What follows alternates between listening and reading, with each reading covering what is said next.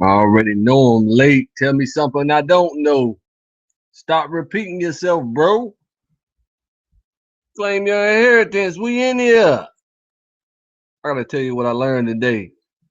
Talking to a couple of smart guys. One guy knew all the Jeopardy answers. One guy was trying to explain how to apply the Jeopardy answers. One guy was cracking jokes all day, and one guy was starting biblical debates, impromptu. So in between all that, I learned a little something. This techniques I be building with the military and the sciences and technology, how I be showing these things and engineering and math and talking about farming and stuff like that. There's a term for it called STEM, the STEM program. So I was taught that by an old girl too. What's her name? Susie, Susie something. My home girl in Missouri. But I like adding that A in it, the agriculture program. STEM means science, technology, engineering, and mathematics. That's the STEM program. But agriculture, they say you can add agriculture in there too. So I like to call it the STEAM program. Science, technology, engineering, agriculture, and mathematics. So I'm gonna stick with that. And it basically, when people see the STEM program, you know, they know you know what you're talking about. They know what that means. You know what I'm saying? Like parents and stuff like that, they come around, they see you got the STEM program going on, and they're impressed. They say, "Oh, okay, you are developing science, technology, engineering, and math." But see, back in the day, I'm giving you the dumb version of what I picked up today. You know what I'm saying? I can get the real people on that know the information, but you know, they got their own shows and stuff. They busy people. And he said they steered away from the STEM program to accept cultural arts. That's why everybody is poets and singers and dancers and rappers and musicians and artists and things of that nature. The liberal arts.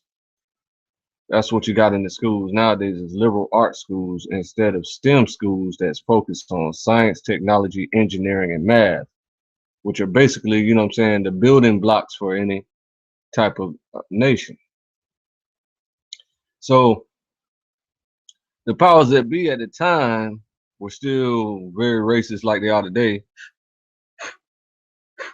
but their racism was amplified because the people back in the day as a whole weren't educated as well as we are today. So they they accepted the change from science, technology, engineering, and math to the liberal arts without a problem. You know what I'm saying? They didn't mind that at all. I got the homie, Aratazar. Shalom, All right, bro. man. All right, Right, man. right. So I'm talking to these guys all day. And I learned a little something, something, which I learned this the term and phrase for what we're doing over here. It's called what we're doing is called STEM. Science, technology, engineering, and math. Okay, so but they were so scared to talk about the military that I couldn't really build with them on that. So I was just listening to the parts that they accepted and understood well. And it was a pretty decent conversation in between all the arguments because you get a lot of smart people in the room, then everybody want to show how much smarter than they are than the next man instead of Yeah. trying to apply the information to current it, you know what I'm saying, to our condition now. So I had learned these things, you know what I'm saying, months and months and months and months and months and months ago from Susie Parker. You know what I'm saying? Sat down with her for about 5, 6, 7, 8 hours. You know what I mean? And she used to call all the time and teach me stuff. You know what I'm saying? She learned a lot from this guy named President Pleasant. And he's a old man that knows a lot. He hates integration. He saw when everything integrated and how it ruined the black community. So his whole thing is the exact same thing that we got over here, which is autonomy. And so they had found me, saw that I was promoting autonomy and stuff like that, and was like, "Hey man, you should be the governor of North Carolina with us in our organization. Give us $25 and we'll link you up with everybody in our organization, which includes Kansu." So I decided not to do that because I thought they were talking about the Green Party. I thought I was joining the Green Party, who was more established in my mind. You know what I'm saying? Okay. But since it wasn't the Green Party, then it kind of turned me off a little bit, and I just never got on board with them. Those good people. They're trying to build autonomy, but they're doing it the ancient third world order way, which is do everything with your bootstraps. You know what I'm saying? Do everything yourself, Okay. and then link up with other people that is doing every single thing there by themselves, and then build like that. So I couldn't deal with that at all. You know what I'm saying? I have to deal with people who understand how to get to money, because Okay. you got to have money to build anything. So it's impossible for you to build an entire nation by uh, chipping in money from the members. All the members give whatever you want them to give, 10% of their money to a treasury, and then the treasury decides on how to develop that nation. You know what I'm saying? It don't work that way. You got to get a large lump of money right up front. You know what I'm Okay. saying? But you got to have your plan already coherent. You know what I'm saying? Ready to go. So that's how you already know that's how we get down over here. Okay. So I wanna kind of talk about that tonight, and it's Princess Night. So hopefully some princesses come in here and, build on those situations. That's right. So I don't have no presentation set up. You know what I'm saying? So I'm just kind of sit back for a sec and see what happens. Okay. Um.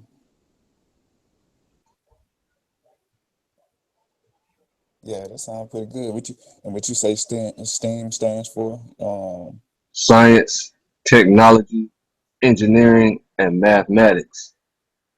And then he was like, well, you can throw agriculture in there too. Some people talk about agriculture. So I said, hey, Okay. okay, STEAM. That's what STEAM is, like momentum. When you think of STEAM, you're thinking of, That's right. you know what I'm saying, momentum and power. You know what I'm saying? STEM, you think of, a branch or something. That's good too. You know, branch of That's right. that's all. Yeah, the STEM adds puts nutrients and the rest of it. Into the It fruit. takes the nutrients from the roots and disperses out to the branches and the leaf. All that good stuff and bring forth fruit. That's right. That's right. So while they were teaching this information, right, I kept asking, like I had asked, I said, how did they apprehend Marcus Garvey? How did they apprehend him? It was like, well, what do you mean? They caught him on tax evasion, and he got shifted around to different prisons, and then got eventually got deported. I said, man, listen. How did they capture his body to put him in prison? They said, Con. oh, well, they went up to him and arrested him. Yeah, that shouldn't have happened like that. You see what I'm saying? So I said, well, and they were so opposed to the military and talking about, oh man, sound like you trying to get us in trouble. But I told them clearly, I said, the people don't care if you talk about building your own nation. They just get mad when you try to say, I'm finna go against and overthrow the nation that we live in, the borders that we live in now. Right. That's when they get mad. But they were still scared to talk about the military, so I just kept my peace on that. Um, so yeah, so I said if he had a military in place, he wouldn't have got arrested, dude. Oh, they still would have got him. So then we went on to Booker T. So they tried to make it seem like Booker T died of natural causes and lived a long, happy life. Then finally, 2 hours later, the guy that was teaching was like, "Yeah, we think they killed Booker T."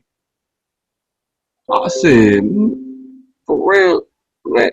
Ho! You just talked to me for 2 hours after I asked you how did they get Booker T, and then now you tell me 2 hours later that they killed Booker T." I said, now this would not have happened so easily if he would have had a military in place. Oh yeah, man, you keep going back to that military, okay, that's fine, but military's got to be trained, and you got to have a STEM handbook. You got to have a STEM handbook. So I got to create that. I'm gonna be creating that this weekend. The STEM handbook, which is like all your different programs. They said at the Tuskegee University, Booker T. Washington had 150 different programs for the students to train in and become professionals and experts in. Right. 150 different programs, and I ain't thinking about nothing but about 3 or 4: T-shirt design, real estate. You know what I'm saying? Con out, yeah. Stuff like that. So I gotta get that. I gotta get that together. That's ASAP. right. Con. And I Oh, think that's why polite is so popular because he got all these little things that he say he can do, like he can straighten out your credit, he can have you train you to have a source of income, yeah, what they call it, like a trade, so to speak, have some kind of talent that you naturally naturally possess to acquire that revenue. You know what I mean? mm-hmm, mm-hmm, exactly. So it ain't. I mean, it's easy to do once you learn what you're doing. You know what I'm saying? So he was saying you gotta have your programs together, and then that what's his name? Booker T. Washington went to Carnegie. Carnegie was one of those rich people back in the day, and said and Con, told him, uh, "You should help the black people because they were freed with nothing, and you should help them because by helping them, that will help you in the future, help your causes in the future, and keep you secure and all these things." He said, "If you do not help them, then they'll uh, grow more and more destitute, and then negatively affect you in the future and what you're doing." And that's basically where we're at right now today. yep, Everybody's still super destitute, and these agitations that they're promoting is driving people crazy. So yep. they about to revolt and get killed and all that stuff. Yeah, that's why we need other people to come in and give their point of view, give their knowledge base to basically as the foundation, because a lot of people they have the natural talents, like they got this article out about the people in prison who beat these college educated kids, you know what I mean? But they in jail learning, getting an education, and they totally dismantled these so-called scholars, you know what I mean? Going to school, got money on their side, and that's what it's all about. You know what I mean? You don't have to be this rich person so people can see it. You just come and bring your talents, and we can build off of that. But people don't have no hope. You know what I mean? They don't. Mm-hmm. They can't see it because they so wrapped up in this world. They don't want to build their own. Mm-hmm. Yeah. So we all trying to survive, and it's real tight out here. And then the soon as somebody catch a brief break and start making a little more money, we grew up kind of sort of like not having anything. A lot of people do grow up not having much. So once they finally get a break and start making a little bit more money, then they upgrade their living standards and Con, pay more bills, and and they're right back broke. They look like they got money, but they're still broke because they're they right. all Yeah, they just barely above water again. You right. yep, Yeah. yep. They, Because they they max out all their income with bills. con. That's why one of my mottos is we have nothing to gain, nothing to lose, but everything to gain. We really have nothing here. When you do have these businesses, and you have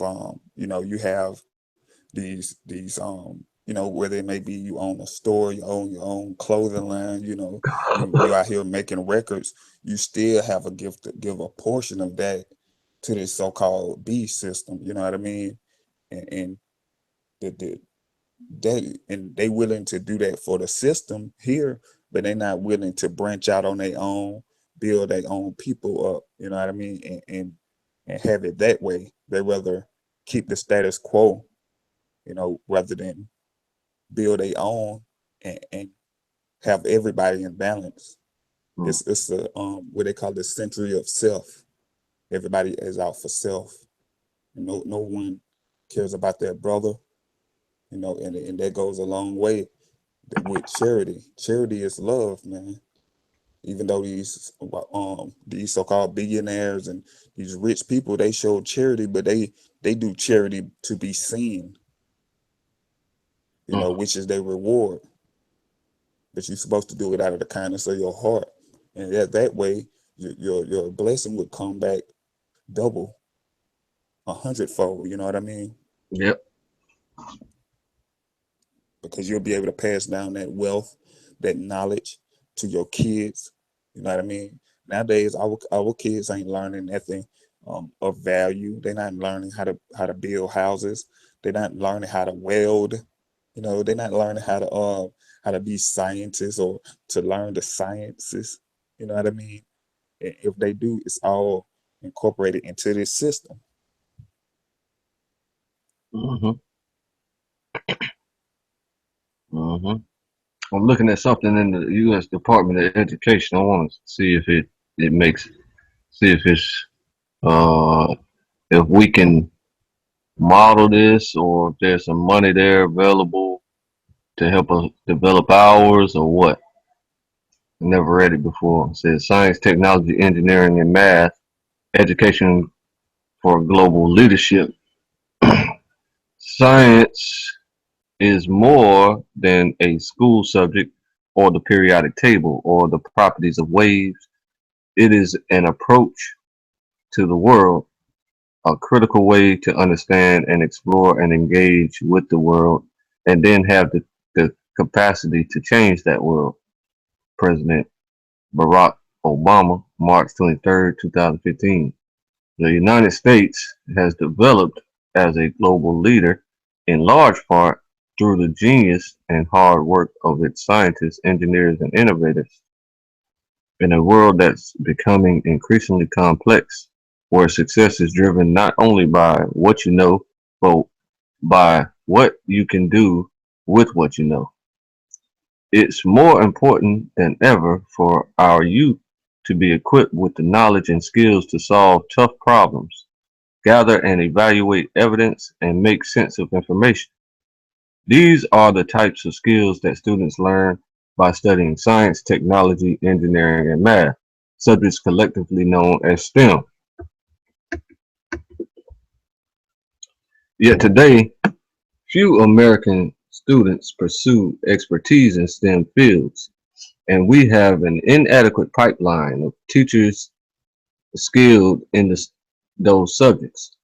That's why President Obama has set a priority of increasing the number of students and teachers who are proficient in these vital fields, projecting percentage increases in STEM jobs 2010 to 2020.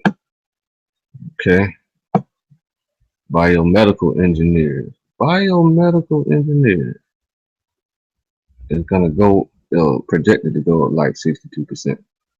Math, 16, computer system analysts, 22%, system software developers, 32%, medical scientists, 36%. Okay, so, as we put our plan in place, we're going to follow the trends where these sciences are needed, these expertise are needed. And, we're going to look at a couple studies because the Department of Education might not know exactly, and they get their information from other sources anyway. The need, all young people should be prepared to think deeply and to think well so that they have the chance to become the innovators, educators, researchers, and leaders who can solve the most pressing challenges facing our nation and our world, both today and tomorrow. Both right now, not enough of our youth have access to quality STEM learning opportunities, and too few students see these disciplines as springboards for their careers. The goals, President Obama has articulated a clear priority for STEM education. Within a decade, American students must move from the middle to the top of the pack in science and math. The Obama administration also is working toward the goal of fairness between places where an equitable distribution of quality STEM learning opportunities and talented teachers can ensure that all students have the chance to study and be inspired by science, technology, engineering, and math, and have the chance to reach their full potential. The plan, the Committee on STEM Education, COSTEM, comprised of 13 agencies, including all of the mission science agencies and the Department of Education, are facilitating a cohesive national strategy with new and repurposed funds to increase the impact of federal investments in 5 areas: improving STEM instruction in preschool through 12th grade, increasing and sustaining public and youth engagement with STEM, improving the STEM experience for undergraduate students, better serving groups historically underrepresented in STEM fields, and 5, designing graduate education for tomorrow's STEM workforce, supporting teachers and students in STEM. Okay, so that's one model to follow right there, because this is the model that they were describing in all day about for 6 hours. They was talking about. They was trying to talk about this, but they only spent probably about an hour on it in between the thousands of debates that they had, or they were talking about. Now, another model that we're gonna start focus on is the Green Book.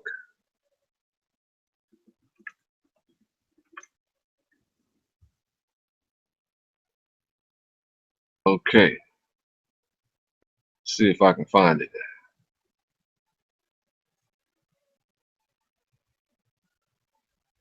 The green book.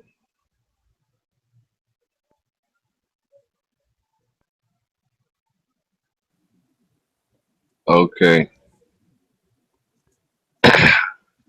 Okay. Yeah, so Muammar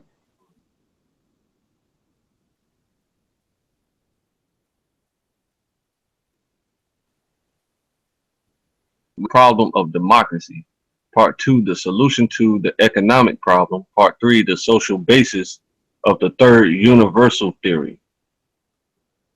So now in Gaddafi's government, this dude would give um, couples for getting married. As soon as they got married, they would receive $47,000. Each child that they had, they would receive $5,000 for the child. Okay. That country did not have any debt at all. The country didn't have debt, and the people of the country were not in debt, didn't have debt. It didn't exist. So the country's GDP, half of it was used to support the people in the country, send them to college and stuff like that. You know what I'm saying? Pay their electric bills and stuff like that. Food, food resources everywhere. You know what I'm saying? So that's a little tad bit, maybe too dependent on the government. Maybe I got to take a closer look at the entire model before I come to a conclusion on that. Okay. Um, but as far as the people were happy. They were very happy and they rejoiced at his rulership. But see, the problem that I foresee with him and why they came after him, it wasn't for the success of his reign and the happiness of his people. Is because in the Quran, it's okay. It's okay to lie. You know what I'm saying? It's okay to lie. So so he was lying at times to the other world leaders, and they would see this, and it became too much of a problem. Also, um, when he decided to back his currency with gold, for some reason the world powers don't like this for some reason. I don't know exactly what the problem is with that. Um, let's see here. Uh,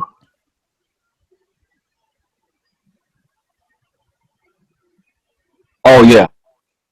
See, a lot of these countries still have gold to back their currency with, but the United States, allegedly, the United States does not have gold to back their currency with. So, if other countries start backing their currency with gold, then the Western countries are going to want that to happen too, and then some people are going to be demanding the gold instead of the paper, and they don't have the amount of gold that they have in the paper, so they won't be able to give people their gold, and that's gonna cause some type of problems. You know what I'm saying? For them. So yeah, so I gotta check that out. Yeah, that's too much empowering the people. Mm-hmm. Mm-hmm. Yeah, you're getting back to power to the people, and they're trying to slowly strip away the power from the people. That's their whole goal and strategy. You know what I'm saying? To do that. So um, that's about it on that. I think.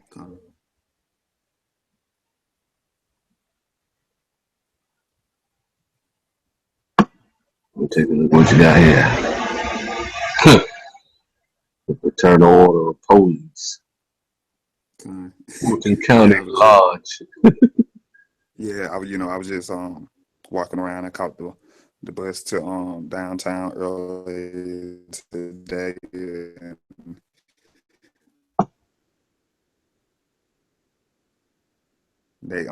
I've seen a lot of this on be a fraternal order. It's like a Masonic order. You know what I mean? They take rituals, they take oaths, blood oaths, and things of that nature where they exclude the people. It becomes all about the brotherhood. And that what people fail to realize. Anytime they see one of these, they should go around and whatever they want to call it, boycott. They should picket it, and tear it down to the foundation. You know what I mean? And if they really meant business, that would be one of their agendas to tear down all these brotherhoods, these fraternal brotherhoods, because they not for the people. They for the elite, for the corporations, for the higher ups. See? And this dude today tried to tell us that the Illuminati does not exist. We was like, what? You telling us something we know for a fact exists does not exist? And then he got offended when I said, are you in the Illuminati? Never answered. Then said, oh man, y'all need some medication. Y'all need some help. Talking about the Illuminati, you can't substantiate these claims. I said, what the? You think you talking to Christians or some type of dummies? Oh man, What's going on here? I mean, like, why are you trying to tell us intelligent people who are on the forefront of intelligence in the reality movement in the conscious community that we call the conscious community the unconscious community? So we feel we're smarter than the conscious community, and the entire conscious community knows the Illuminati exists. And you come out of nowhere trying to make it seem like the Illuminati does not exist? I said, nigga, you in the Illuminati for real. There ain't no other way that you can express your lips to say there is no Illuminati other than you being in the Illuminati yourself. That's right. That don't make no damn sense. Well, you just blinded. You're in complete darkness, and you don't have no idea. You just bumping your gums just to hear yourself. Mm-hmm. That nigga know the Illuminati exists. Everybody has heard of the Illuminati. And you're going to have an opinion about it. You're either going to say they don't have the power that they once had. You're going to say that that's only the white Masons, the white Freemasons, or things of that nature.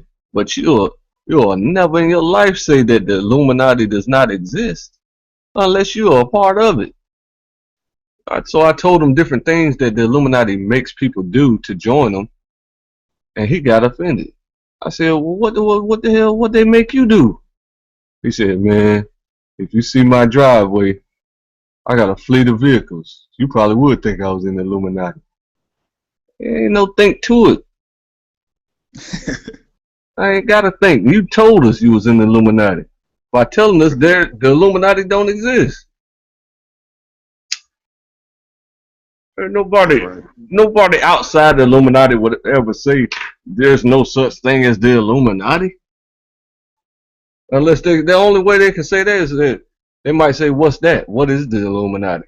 And you got to be under 13 years old to ask that question. That's right. You can look at TV on a daily basis and know that they exist. Man, goodness gracious. You could look at all the symbols around you. You know what I mean?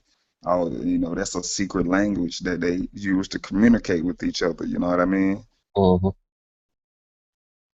Their symbols But is then, all in cartoons, little baby cartoons. kind, You know what I'm saying? yeah, to Got, get you indoctrinated. That's right. got a nerve to fix your lips to say they don't exist. Yeah. So actually, you in the Illuminati, but you were not in the Illuminati.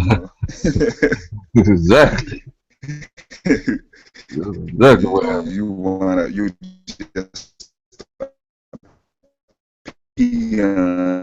but you carry on the agendas and the motives of that same group. You know what I mean? About Absolutely. The I pre same person said that Jesus Christ never existed. The same person said that King James is a white man. Well, that's debatable. That is, we know he's black, but it's easy to debate that he's white because you can just pull up a whole bunch of whitewashed pictures of him, yeah, and then bring up some fake record that makes it look like he's white and stuff like that. You can talk about that, but no scholar that values his reputation would ever say that Jesus Christ did not exist. This dude does not value his reputation. He's a comedian for a living. So he was the hmm one. He was the one cracking jokes the entire time while I'm trying to listen to this Booker T. Washington stuff that Pit Boss was trying to tell us about. kind. What, We what got was the, this on? Oh, go ahead, go ahead. we was on a private hangout. Okay, yeah. We got the big homie, Hebrew warrior. Shalom, man. Shalom, out. Yeah, he'll get on here in a minute. Yeah. Give a He quick probably shout out. wore out from that call. We was on there from like 2 o'clock to 8 o'clock. You know what I'm saying? Talking. We were talking our heads off. But I picked up a couple of Jews in there. Kind. Yep. But I don't know. How I am. I'm one of them brothers that won't completely out. You know what I mean? I want out of the beast system completely. I don't want to make no deals with the devil. I don't want to have to get a devil no what they call it, you when you Contract. being a tributary. You know what I mean? You gotta um give him a portion of your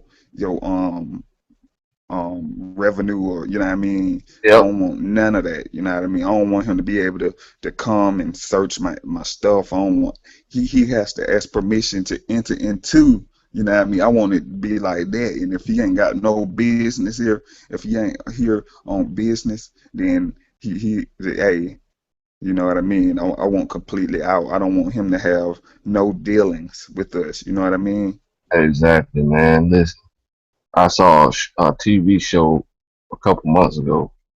I just so happened to see this TV show. You know what I'm saying? Because I don't even be watching TV, but I was back there with the TV, and this cop show was on. I think it was that Royal Blue or something like that, where you got the father is the police chief, he's the boss or the commissioner, and then the daughter is like a lawyer, and then the brother is like a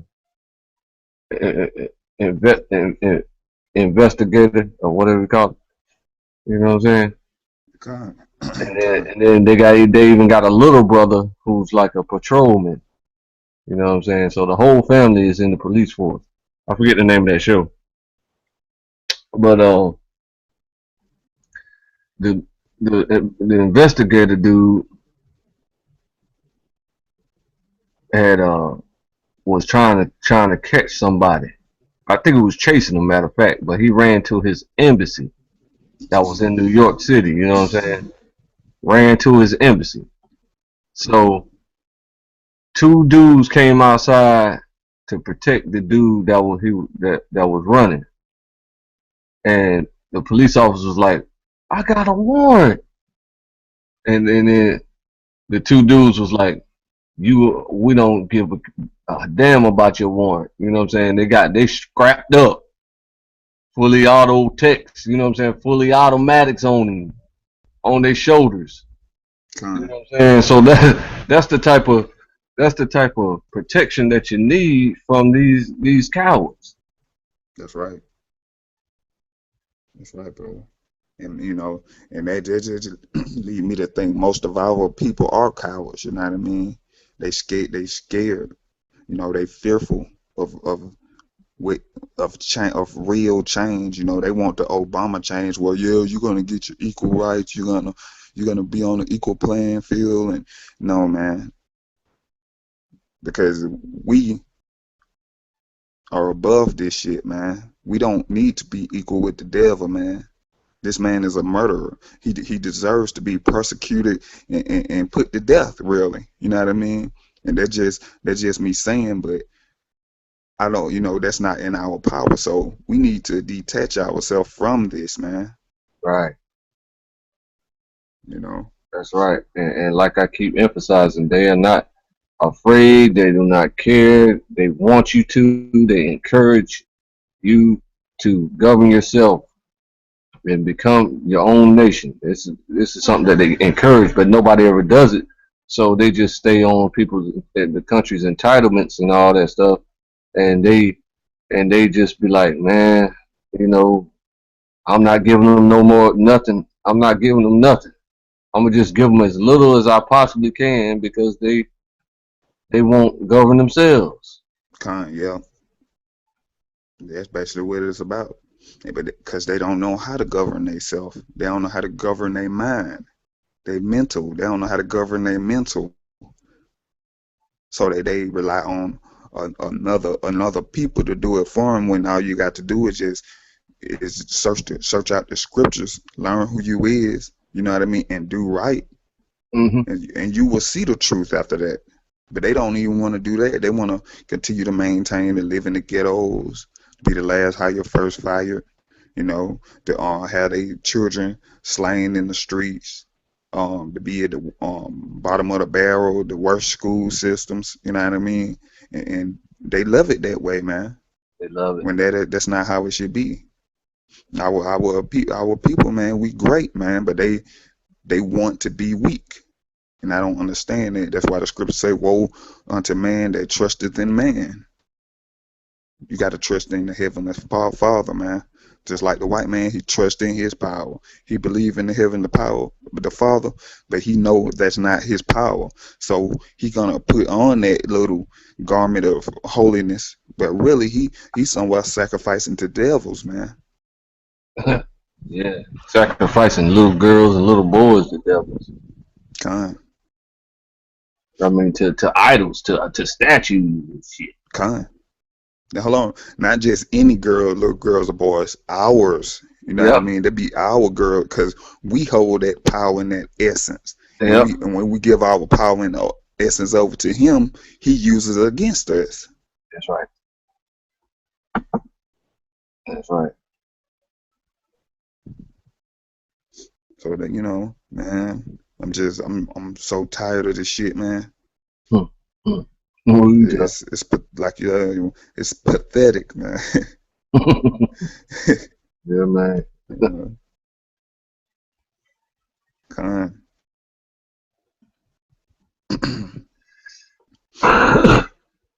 They got to become diplomatic, man. You got to be sovereign. Know the truth, and the truth will set you free. You know what I mean? Yep. And there's money out here for us to do it too. That's Once right. uh so once we get the money, you know what I'm saying, we got the plan in place. So just execute the plan, you know what I'm saying? But I'm still worried and kind of semi worried and hope the money come through because Obama ain't gonna sign it till the end of August. So I had thought when I very first heard about this, I thought he had already signed it. But he ain't gonna sign it till the end of August, and I don't even see him living that long because And the whole world know that he about to pay reparations to Israelites, and the whole world hates Israel. Con. So they're But gonna, you know, it wouldn't make a difference because our people ain't woke to that. They don't know that. You know what I mean? He could sign it in the law just like they pass all these laws to take away your rights. They don't give a flying fuck yep. And they because do he could that, they sign do it that and the tell same them. day. Soon as it passed the House and Senate and all that.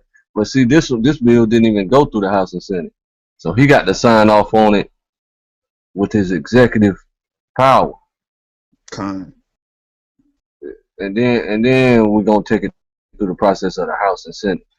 See, that's where these people are messing up at. They shouldn't have went through the United States. They should have went through they should have went straight to the bank, straight to straight to the top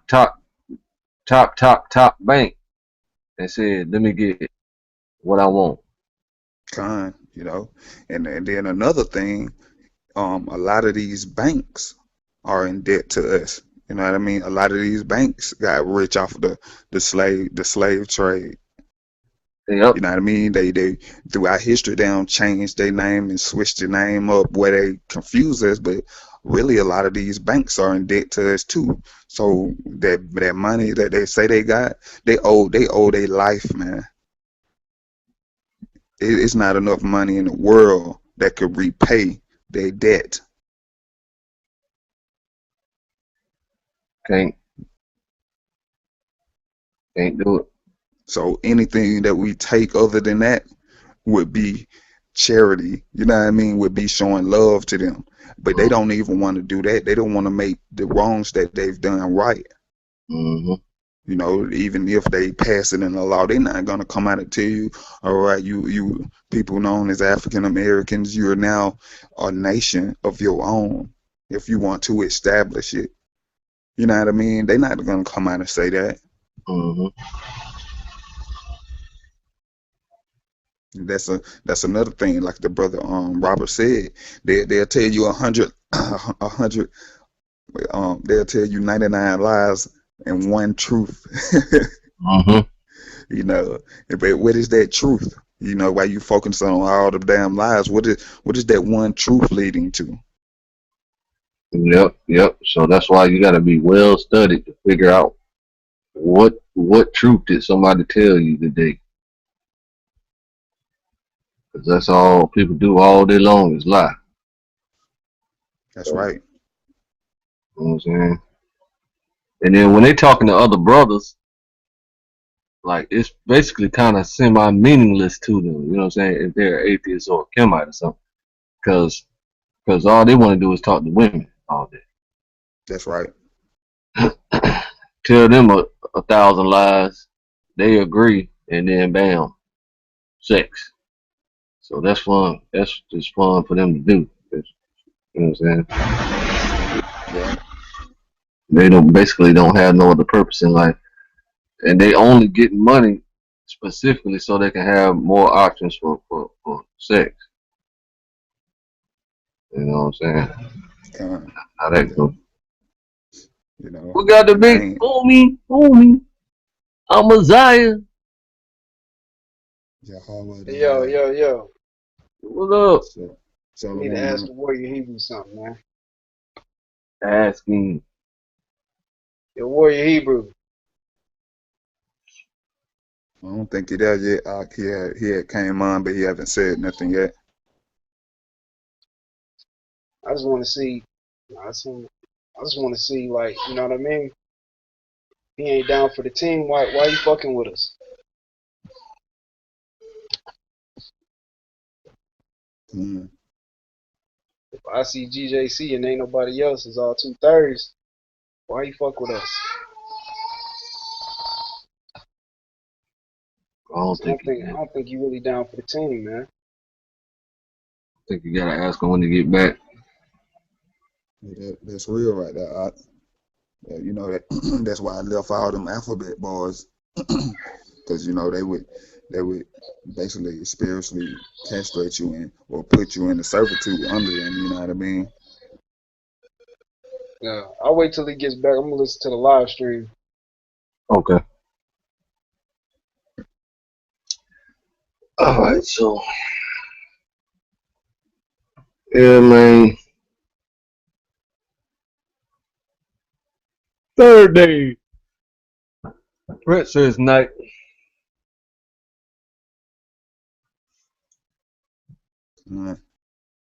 Need some of y'all Okay. females to jump in and Arguing keeps people off the panel. You know what I'm saying? So uh, we build behind the scenes. Whenever we build it behind the scenes, there ain't no arguing at all. So that should also happen on air. You know what I'm saying? You might can debate respectfully, but uh, what I be hearing, I don't be hearing debates. I be hearing two people yelling at each other. You know what I'm saying? that's right. Yeah, but I mean, like, it's the tactics that cats like him use. It's like when them dudes get in the ring with me, they start getting scared. If you notice, I was talking calm at first. I was just sitting there. He started, yelling and screaming and trying to defer and put the question on y'all. And every time I would say something, because they get scared, because I'm about to go into some shit on his ass. You know what I mean? And I get that a lot with them Masonic Christian type dudes. You know what I'm saying? They don't get scared for what's about to come out of my mouth. Mm-hmm. And then they know my temperament, so they try to get me to go there. But my thing is this: if we having a debate, you're not gonna sway the audience by trying to insult me. If you say a curse word, I'm gonna say a curse word. If you talk loud, I'm gonna talk loud. Because all you really trying to do is sway the audience. Now, if you want to talk calm and normal like two normal human beings, I can do that all day. But I'm a fight fire with fire. You know what I'm saying? Because that's what they do. They got these little tactics that they do. Throw these little funny little insults. They try to be condescending at times. And then I throw that shit right back at them. So if you tell me, oh, I've been to this school and I can quote this scholar and that scholar, I'm going to tell you, man, I don't give a fuck about a scholar. Your scholars ain't shit. Your scholars been lying to you all these years. Your scholars, those are the same scholars that was telling people that we was 3/5 of a man. Your scholars been wrong since the 1400s, since the 1700s. Everything your scholars ever said about black people has been a lie. Your scholars is hiding information. Why your scholars don't tell you that King James was black? Why your scholars don't tell you that the whole Europe was ruled by black people after the fall of the Roman Empire? Why are they coming up with all these silly ass excuses on why we got these black icons all over Europe? See, your scholars don't tell you all of this. You know what I mean? So that's what I told them. But it's Yeah, and they really just heard that kind of like for the first time today. Yeah, that's and then he backed off. And then what he started to do is it started getting deeper. He didn't really want to argue with me after a while. He was trying to include y'all into the fray. Because it was like, man, let me argue with one of them or something, because he about to get me. You know what I'm saying? Uh-huh. We all do that. You know what I mean? So it's like, look, man, I trust in what I'm saying. I have full confidence in what I know. So I don't have a problem with talking to you decently. But when you get this, I see why they do that. That's like a tactic that they do to sway the crowd. Yep. Because the crowd gonna say, "Ooh, he flipped on Hebrew," and then if I stay calm, it look like I lost or something. So I just give it right back to him. You know what I'm saying? So when he tried to inside, I just, you hit me, nigga, I'm gonna hit you 2 times. That's how I do. You know what I'm saying? Mm-hmm.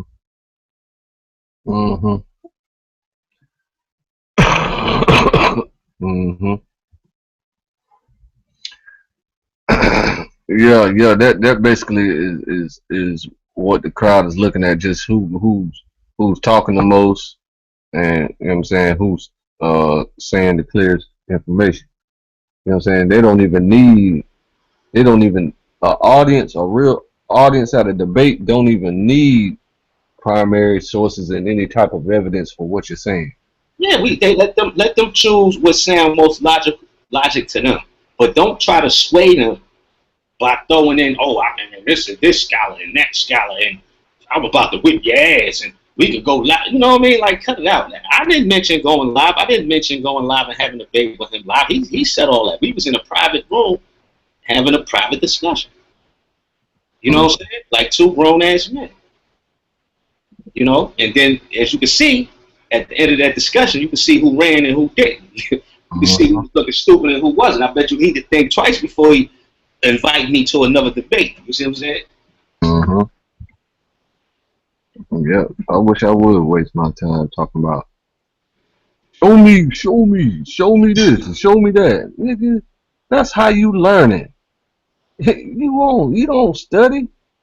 You just listen to other people and then figure that they telling you the truth because they love black people so much that a black person can be a serial killer and you will still say that he's a just and right man.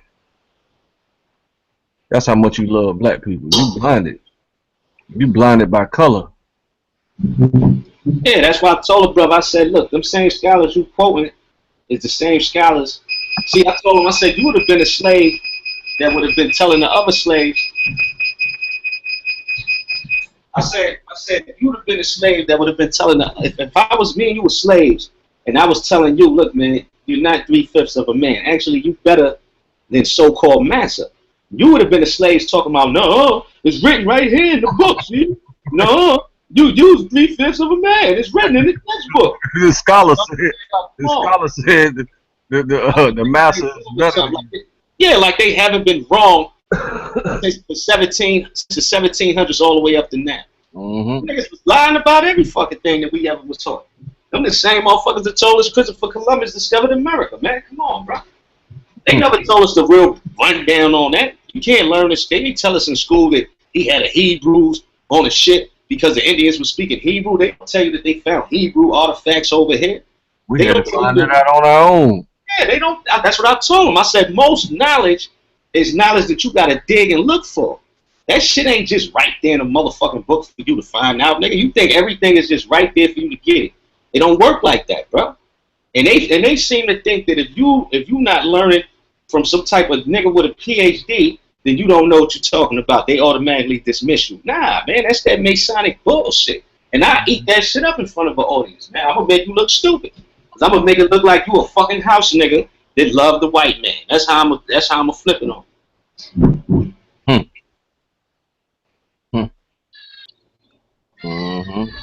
Yo, Perry. Yo. This is my question to you, man. Why you fuck with us, man, if we 2/3? Why I mess with y'all? Yeah. I mean, look, man.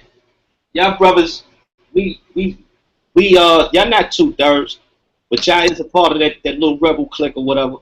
But you know, hey man, you know, I like kicking it with y'all, man. You know what I mean? If I could go on a cracker show and kick it with them, or if it was some Africans and they had a show and they wanted my perspective, they invited me on their show, I go on their show too, man. You know what I'm saying? Y'all brothers is respectable. I agree with most of the things y'all say. And who knows? Maybe you know, who knows? Maybe one day y'all come on over to my side. Who knows? This is what I'm saying. Like, we put together a team. You know what I mean? So if one person on that team fuck over another person on that team, that fucks the whole team. Well, like I said, when I do this internet live chat thing, I tend to keep my church out of it. You understand what I'm saying? I'm here as an individual. You don't see me toting my school around. Now, if somebody asks me a question about my school, yeah, I'll address it. But I tend to keep that to myself. You dig what I'm saying? I'm saying, like, this ain't about the school. This is about that comment you made the other night. Like I said, you fuck over one person on the team, you might have just fucked all of us. What I said last night, what happened? That's what I'm saying. I'm not trying to do it, like, live on air, but I'm just saying, bro, you said some shit that I felt personally was fucked up, and that could have fucked up the other two brothers. What was this? This was last night? This is like 2 nights ago. Oh, I don't even remember, bro. Like, what was we live on air, off air? Like, that was the day that I came back. It was just me, you, and Ratazar. Did you bring it up to him privately? I don't even remember what it was. You know what I mean? If I did say something, just bring it up to me. We'll go over it. You know what I mean? We'll kick it. You know what I mean? But I don't even remember what it was that I said. You know what I mean? We was probably having a I don't know. Like I don't, you know what I mean? Because I like remember I was gone for 3 days, and then I came back. Now I had a heated discussion with the other two brothers before I had left. We had went into the whole comforter thing, and we was going into the Bible, and I was showing them and all that. We went at it. You see what I'm saying? They was going at me, I was going at them. You know what I mean? But I don't really remember what you talking about. But let me know. Like bring it up. Let me know what it was. Yo. Did you bring it up to him privately? We're gonna have to discuss it off air. No, I'm asking you, did you bring it up to him privately in the past? To who? Hebrew? Yeah. Nah. Oh, okay. This is the first time Yeah, I I think meet you. this the first time he had a chance to address it. Yeah, like I said, I don't even know. I'm not sure what I said or what the brother's talking about. I'm really not sure. But if you was offended by it, I apologize. I probably ain't mean nothing by it. Somebody must have said something to me to make me say that. You know what I mean? I know I wasn't drinking or nothing like that. You get what I'm saying? So what was the only thing I could think of was brothers I said brothers need to stop smoking and we got to keep up. Y'all can talk about it. Y'all can talk about it privately. Yeah, I don't remember. I really don't. Man, y'all just hit me up, man, when y'all get out the stream. Yeah, no problem. So yeah, let me find that verse. Well, you know that verse where you're supposed to go to your brother 1-on-1 if you have an art with your brother. You know that verse, Ratazah? Say that again, up. If you have an art with your brother, how you spell art? Say art, brother. Oh, you talk about when it says go to, okay, yeah, hold up, let me go. I think I found it. It says here, okay, and see my brother. Hold on. What?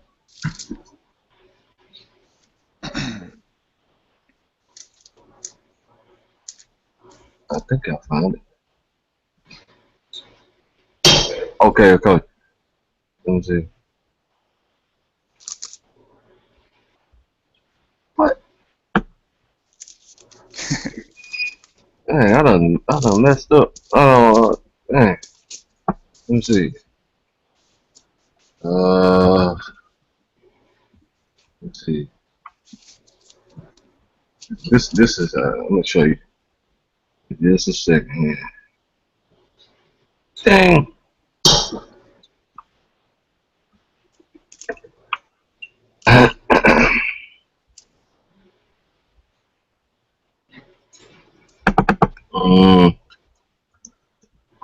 Brother.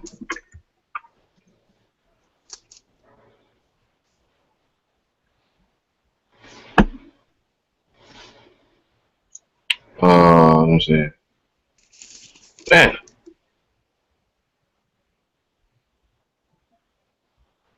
Mm-hmm.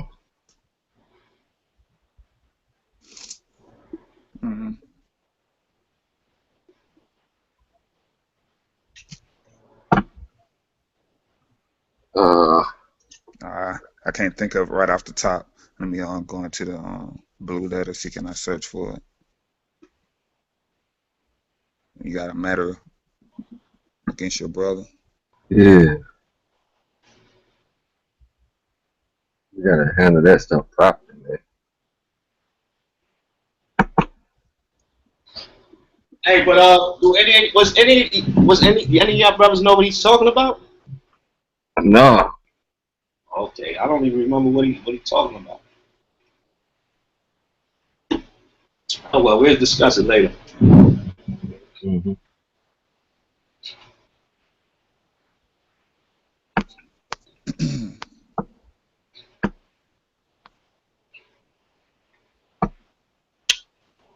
Okay. might be able to find it like this right here. What we got here? Oh, dang. Let's see.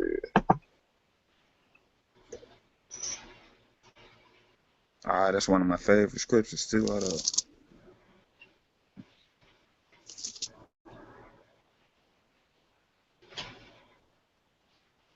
Okay, I see it. Matthew 18:15.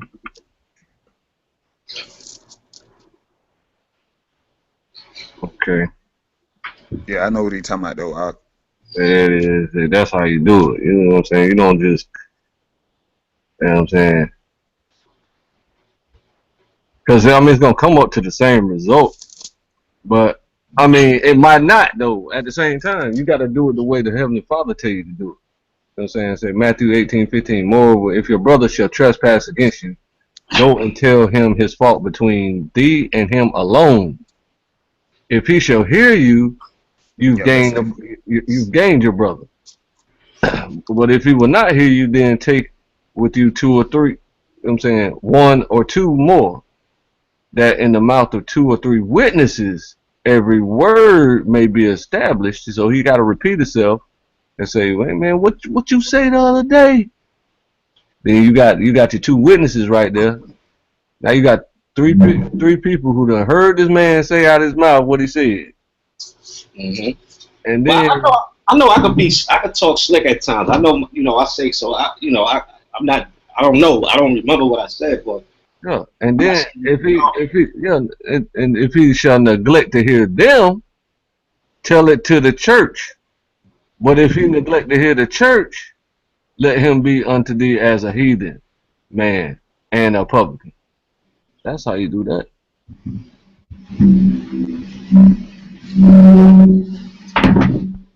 So since, you know what I'm saying, since the protocol wasn't done in order, it's causing a static. at the end of the show, remember, I came in at the tail end. Oh, let me take a look at it. For like the last 5 minutes of yesterday's show. Mm-hmm. Yeah, that's probably why he didn't get to really say anything to me. And then I got knocked out of the show yesterday toward the end of it. Oh yeah, open mic night, superficial negligent judgment. Yeah. See, I came in like around 2:55 of the show, and then I ended up getting knocked out. Like I spoke for like 5 minutes. You was about to shut it down anyway. Yeah. From Colombia, how he spazzed out or whatever. He just had a little drinks in him or whatever. We talked about that, and I just don't remember. Like I don't remember. I know what's name was on that show. Lion Bear, he was there. Yeah, Lion Bear, Amaziah, Ratazar, and Madon, wasn't it? yeah, Madon. Did you leave us in the room alone on that show? Did you leave at that show first? Because sometimes you leave and you let us keep chatting when we off air. Yep. I did that last night. Sure did. That was not that last night. I mean the night.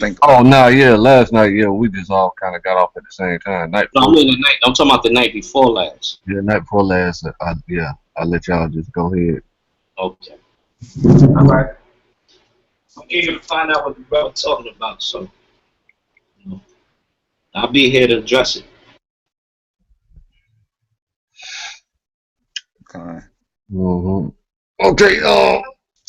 Now back to this S.T.E.A.M project, right?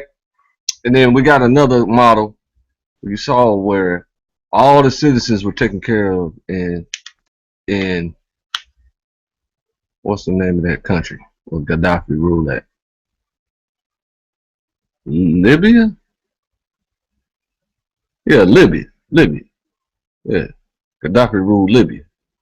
So yeah, he started trying to back his currency with gold. And like I said, the people would run out of gold because people would want the gold over the dollars because they done learned over the years that the dollars don't mean nothing. So, you know what I'm saying, that's weakening everything. That's it's messing them up. So that's why, that's, you know what I'm saying, Hillary had tweeted, I mean not tweeted, but emailed somebody and said that's why they took out the doc. So somehow she figured that out, or she was one of the people who helped plan that whole thing. But why, I don't know why she had to tell somebody that who was on her level. You know what I'm saying? Why she had to tell somebody that? How they didn't know that? I don't understand how these people in Washington don't know stuff. You know what I'm saying? I don't get that. So then the models we're looking at, we already got the budget together and the executive summary and all that stuff for the military, the medical situation, the school situation, and that's it. So we got to start developing the science. Oh yeah, no, we got money earmarked for the science, technology, and other industries and economic building, where we can loan the money to our people. That's all in the budget. So hopefully these people take this into consideration and go ahead and deal with it. But like I was saying before, I got a problem thinking, or I might know from supernatural means that Obama ain't gonna make it, and it ain't even supernatural. It's just common sense. They want Israel to stay down forever. They refuse to let us go. They furthered the affliction. So the wrath of the Heavenly Father is going to turn on that country that's holding us hostage like that. You know what I'm saying? So that's what I'm saying. This man know that good and well, we need this bread, but you going to sit it on your desk for 2 months? Why would you even do that? It don't take that long to look at a 10, 12, 20 page plan. You know what I'm saying? And then with all them smart people around you, all you gotta do is parcel it out, 2 pages to this person, 2 pages to that person, until you got 10 people with 20 pages in their hand.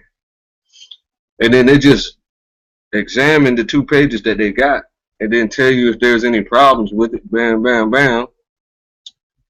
Send it back, resubmit it. You know what I'm saying? Resubmit it with these corrections on here, because these got legal implications. These got political implications. These got national security implications and all that stuff. Mark it up, mark up the plan, send it back to the people. They revise it right quick and put it right back on your desk. Now I got all your corrections on there. And you know what I'm saying? You got your people talking around you talking about, yeah, man, that's a good idea. That'll stimulate the economy. Because, you know, they're going to buy watermelon and chicken every day.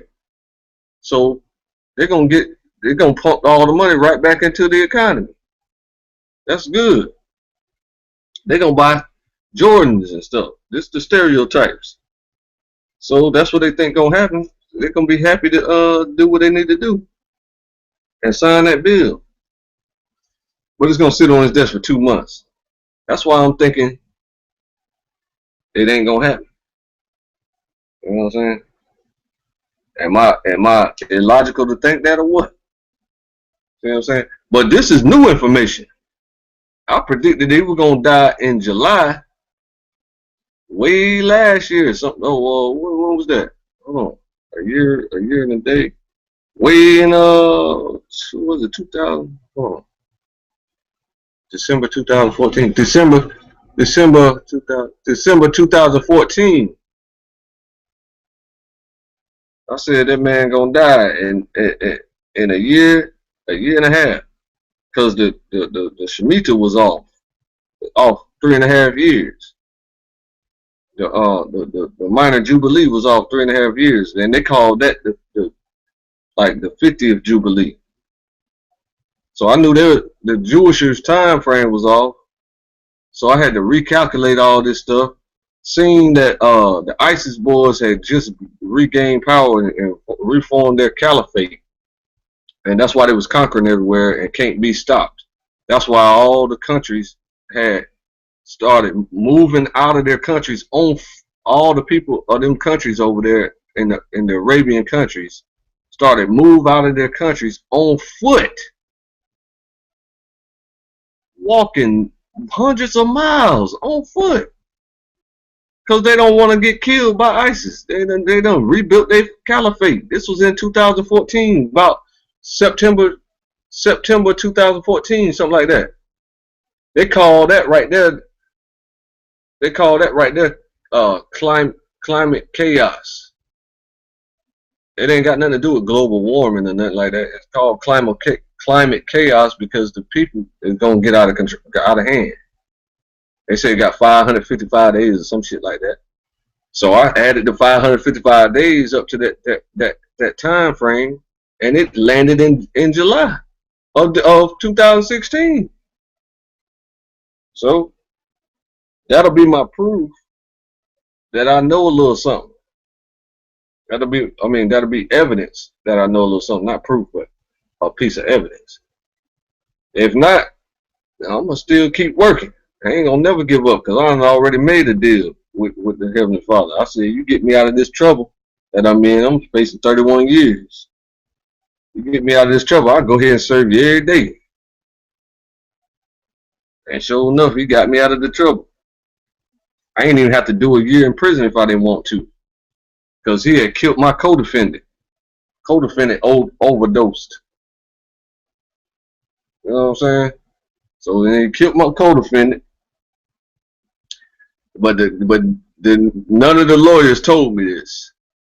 So I, you know what I'm saying, took the plea deal of 8 months. Took the plea deal because they didn't have no evidence on me. So they had to go super light on me. You know what I'm saying? They ain't had not one bit of evidence, and the only evidence that they had was my co-defendant, and he killed himself. So I told him, I said, well, I'm yours. I'm not in trouble no more. Appreciate you. And I ain't been in trouble since. That was 6 years ago. That was 8 years ago. And I used to get locked up every month. At least once a month.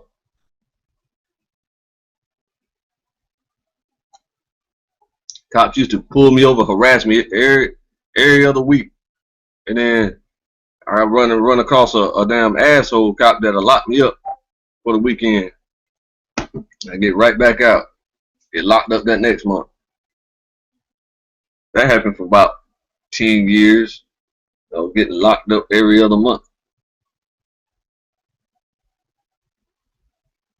For nothing. They could never catch me because dealing drugs is too easy.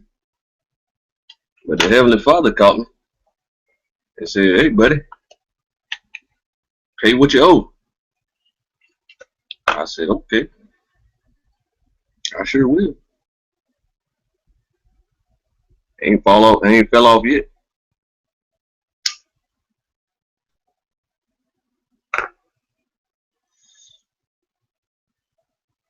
I can't foresee myself falling off neither. You know what I'm saying? I done lived broke all these years. Don't care nothing about it. Make fun of me all you want. My ex-girlfriends call me broke ass nigga.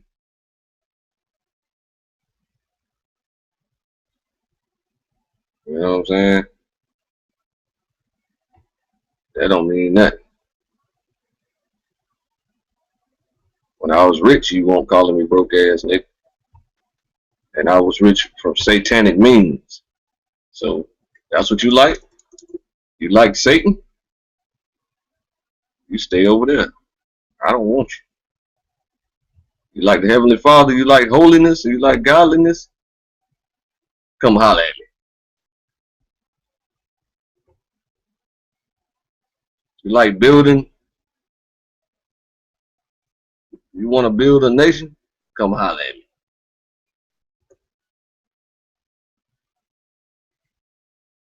You know what I'm saying? That's how that works.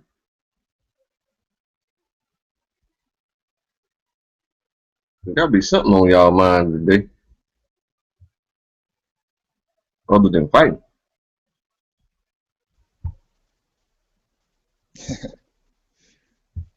I could just little shit, just trying to get out this hellhole, man. Mm-hmm. You know, brother spirit be vexed, and you know, sometimes you just have to go within to get that peace of mind, that peace of mind. You know what I mean? Can't try not to let the negativity affect me too much, and you know, all the turmoil and chaos.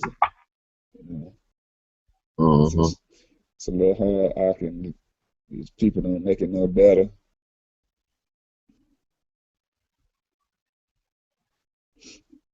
You know, no matter how much you tell them the truth, they always consider something else as a higher truth.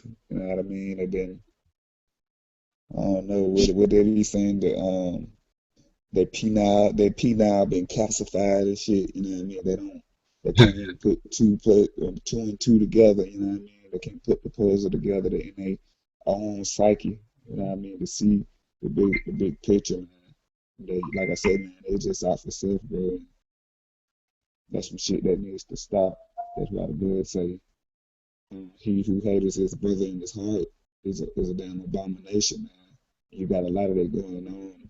People they they they say in their mouth, you know, I love you, you love this, that, and the third. We all gotta be one, but really they looking to get one up over on you. You know what I mean? They looking to slay you and put you to death. They looking to slander your name and make your name bad and shit, man. And there's some shit that go on in this world, man. And people need to get out of it. I don't know, it's no love in it, bro. You know what I mean? Yeah. Like Sonetta them, yeah, they talk nice and slick and shit, but in the long run, man, them dudes don't give a fuck about you, man. The boy don't, you know, the boys they in their own little clique making their own little money. If you come in trying to disrupt that, then something wrong with you. You know, you ain't gonna be a part. They're gonna shut you out. You know what I mean? Yeah, I just You're going out a little bit. I'm going out. Yeah. You're good now.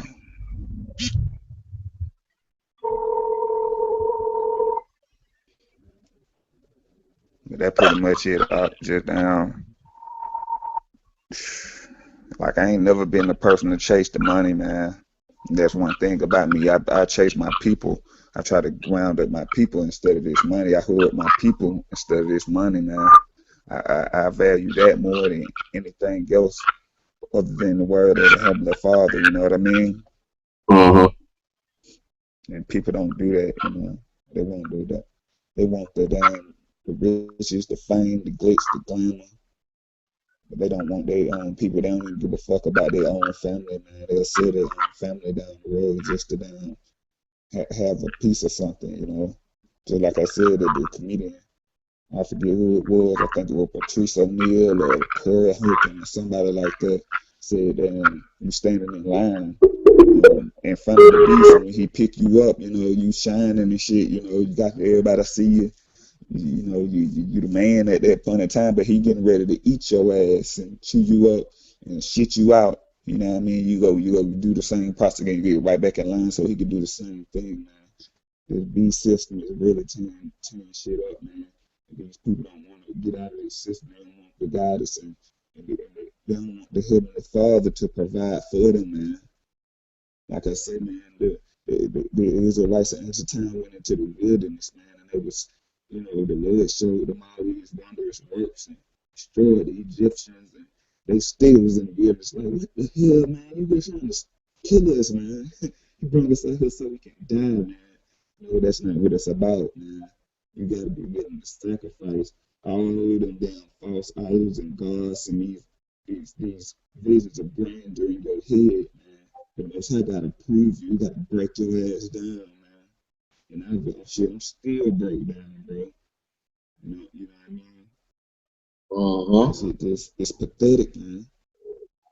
These people don't. The only time they want to come together is when they're getting shot down the street, but they don't want to go in their own neighborhood and lay down no laws, man. You got to fix your own fucking neighborhoods, man. Yeah, man. My neighborhood been so peaceful. When I first moved here, man, about in a year and a half time, 10 people died in my neighborhood. You know what I'm saying? So I was like, damn, how the fuck does this happen? You know what I'm saying? So I'm walking around, you know, just getting to know everybody. You know what I'm saying? When I first moved here, you know what I'm saying? And everybody got used to me and stuff like that. So over time, man, just everything just calmed down because I just kick it to them real and just be like, you know what I'm saying? First of all, I warn everybody. I said, what would you do? How would we react if a race war break out? That's the first thing I tell people. You know what I'm saying? When I start talking like on a kind of deep level with people, I said, we don't have no plans. You know what I'm saying? What would you do? They be like, man, there ain't no race war gonna happen. What are you talking about, man? What are you talking about? You know, so they don't know that. So then I move on to I'll be like, the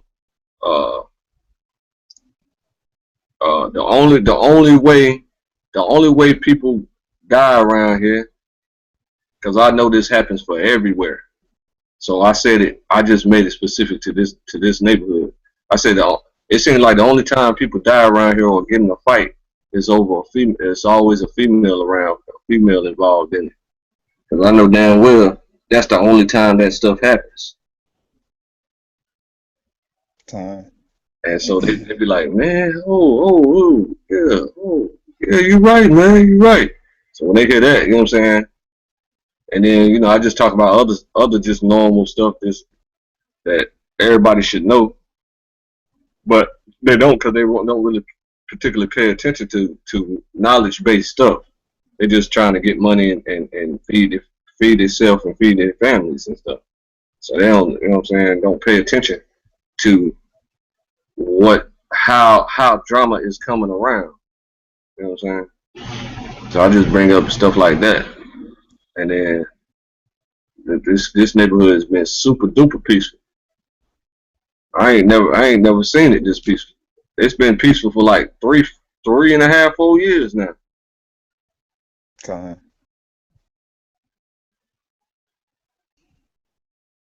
The underground boys, you know what I'm saying, with the underground economies and all that stuff, they down went, you know what I'm saying, like accepted damn near everything I said and started moving out the drama makers and started beating up the gossipers. You know what I'm saying? I said, man, well, where I'm from, man, you can't be talking behind people back like that.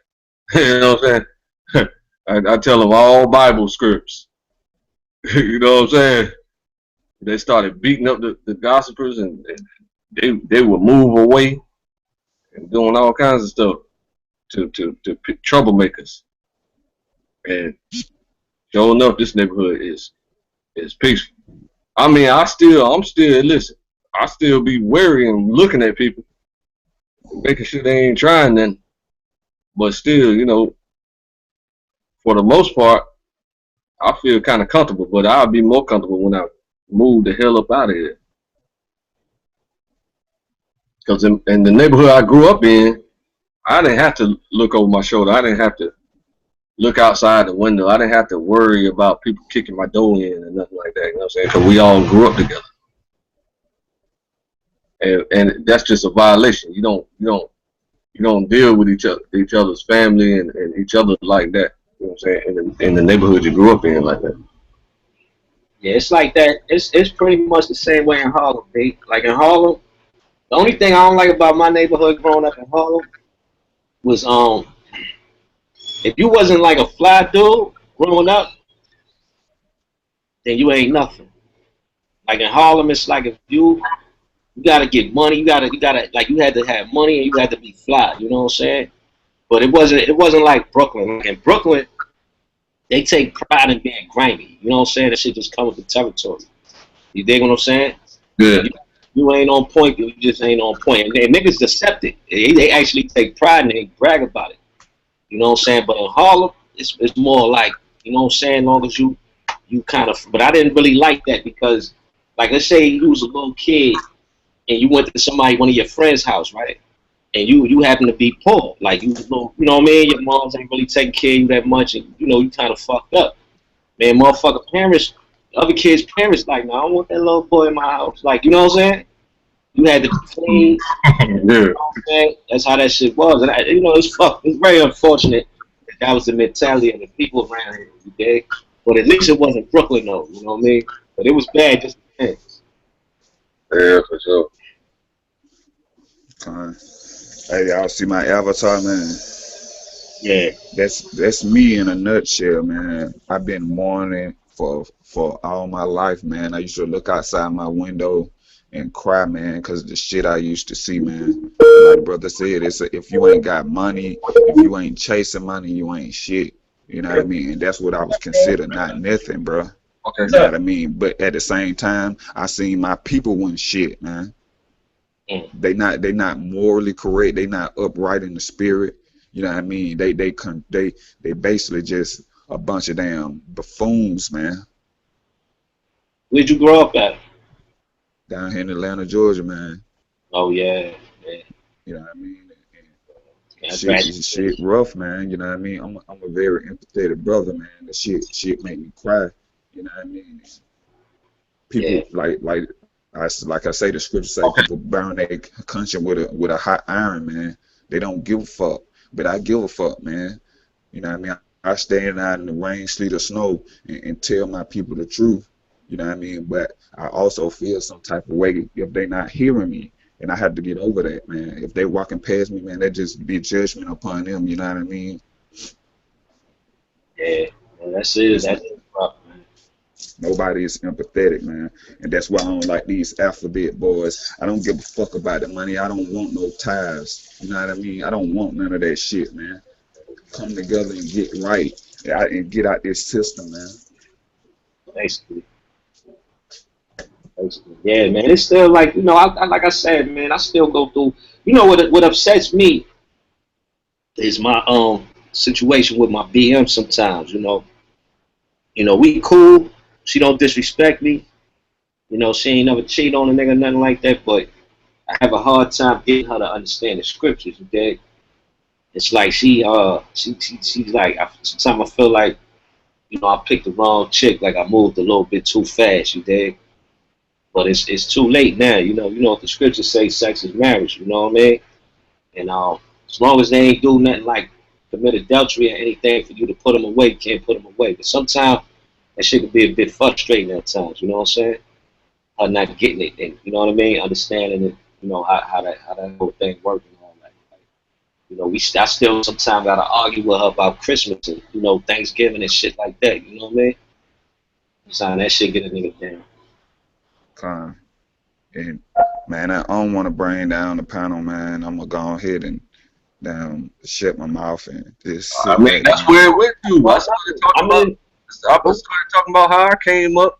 Then Hebrew started talking about how he came up. That's how it goes. I mean, yo, that's what we here for, bro. We gotta, you know, we could talk about these things, man. It's all good. Because I don't like to be honest with you. I can't really have these conversations with the people that's around me. You know what I mean? So it's That's like, the problem. You can't have these conversations. Even if you in your church, these people still out to get money. They out to shine, or they out to get some type of vain glory, man. That's why I left any of them groups, man. I could have easily joined some other group, man. But that shit is all vanity, man. They all doing it for show. They not trying to gather the people and get the fuck up out of here, man. And that would piss me off so bad. Yeah, I mean, they want to talk about tithing, but they not making no damn moves. If I had people tithing, I had came into somebody, man, best believe we'll be marching about this bitch, man. Get your kids, get all the food you go need. Shit, we don't even got no livestock. We'll just do it moving, man. The Lord will provide for us, man.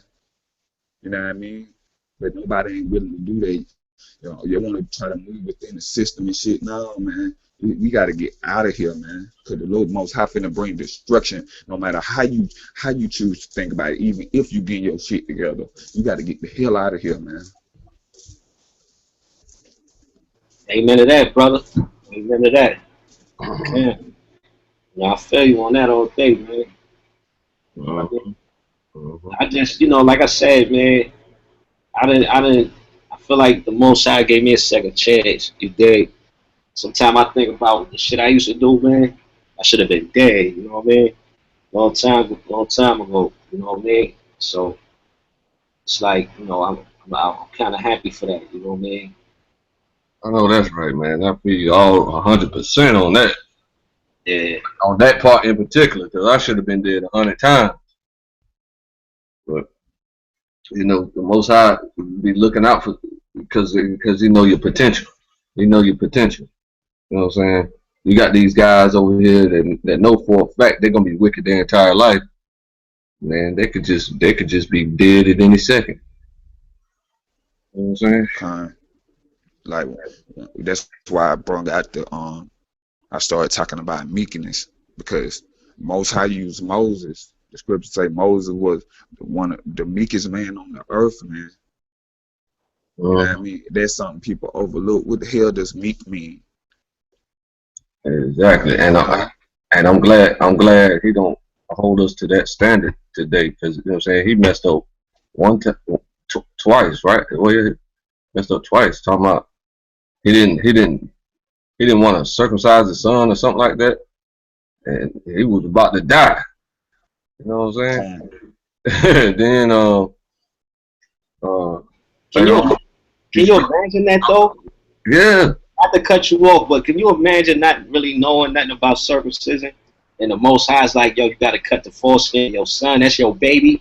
And you know how painful that shit gonna be to your kid, man. And you like, you know what I mean? Like that's, that's kind of heavy right there, man. It's kind of heavy, man. But hey, man, yeah, the wife did it, right? Yeah. He just like, Then he struck the rock after the man told him specifically to talk to the rock. Talking about, oh man, I'm gonna hit it. I'm gonna hit the rock. Come on, man. Yeah, he was trying his place. They was trying both his places. And how is they recognizing his voice? He spoke to him directly, right? Face to face. Okay, gotcha. But I'm trying to say, sometimes some of these people claim that they've been spoke to telepathically. So how are you recognizing that it's him? I'm gonna keep it real with you, man. When I first came into the truth, man, and I told you this before, bro. I was trying to read that Bible. I couldn't because I wasn't ready. Like I just wasn't ready. And I said, man, damn. I said, you know what? A Jehovah Witness had gave me a pamphlet. I said, I'm gonna read this. And I sat down on the bed, man. I got to reading that joint, and I heard a loud voice, and it said, "How long you gonna play with me?" Did your ears hear the voice, or did you hear it telepathically? My ears heard the voice, bro. It was loud and booming, and it was like, "How long you gonna play with me?" Like real loud, and I wasn't scared. That's the funny thing about it. Like it's like I knew what it was. Yeah, see, that's what I'm saying. Though you got some real confirmation. Your ears heard. Yeah. And I'm not crazy by a long shot. And I threw that pamphlet in the garbage, bro. And then I picked up the Bible, man, and I started reading from Genesis, man. And it's like my ears opened up, my eyes opened up. I was able to read the scriptures, man. That's why I tell a lot of brothers that's willing to listen, and even if they're not willing to listen, but when they ask me about the scriptures, I'm quick to let them know. I say, listen, man, you can't really read that book unless you fear God first. Yeah. Not going to allow you to understand it, man. It's going to be. Yeah, we figured that out the other day. Yeah, it's like reading Spanish or something, man. All my life, I remember trying to read the Bible just to try to refute it. Because I remember being on Rikers Island, and I used to be a guard body. I used to run with the guard bodies, and when we'd see a Christian get up in there, man, we'd eat them up. You dig? And I would try to find certain things in the Bible just to use it against them. I would say things like, see the scripture, it say that the Israelites can't sell each other bad meat, but they can sell it to the other nations. Now, what kind of God is that? Like, I would do things like that, but I could never really read the Bible. And I remember a lady, a CO lady, she challenged me to read the Bible. I said, what? Because I was a reader. Like, I like to read. I always liked reading. And I said, man, I could read that book in about a day or two, man. Man, I couldn't get past Genesis, man.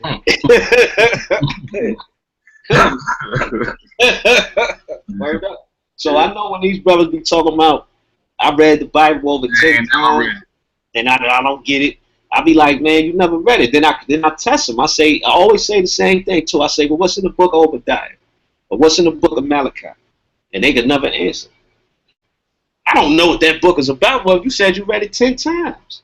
You know, that's a living book. That's the one book that you could never completely read. You're a Bible expert, remember? You telling us what the Bible says, remember? But can't tell us nothing. There you go, man. But yeah, I remember. I'll never forget that. And then one dude had me stuck. One dude on the island, one Christian cat I ran up on, and he had me stuck, man. He said, yo, man, all right. He said a couple of things, but one thing that stuck out. He said, all right, man, well, how do you explain fish fossils being on the highest mountains, man? And I couldn't explain it. I just walked away. And then it was funny because a week later I was in court, and I was in there with two of my buddies, and they was both guard bodies, right? One was Puerto Rican though. And they called him to go see the judge. We on 100 Center Street, Manhattan Court. And he came back in the cell. You know, we just sitting in the cell.